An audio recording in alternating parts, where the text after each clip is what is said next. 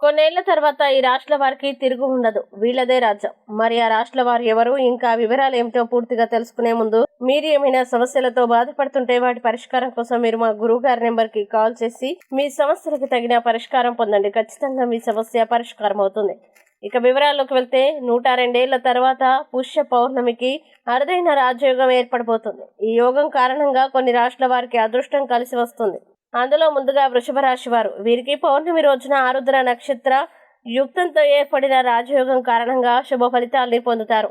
ఈ సమయంలో వీరికి అనుకోని డబ్బు చేతికి అందుతుంది. ఉద్యోగస్తులకి ఇది మంచి సమయం.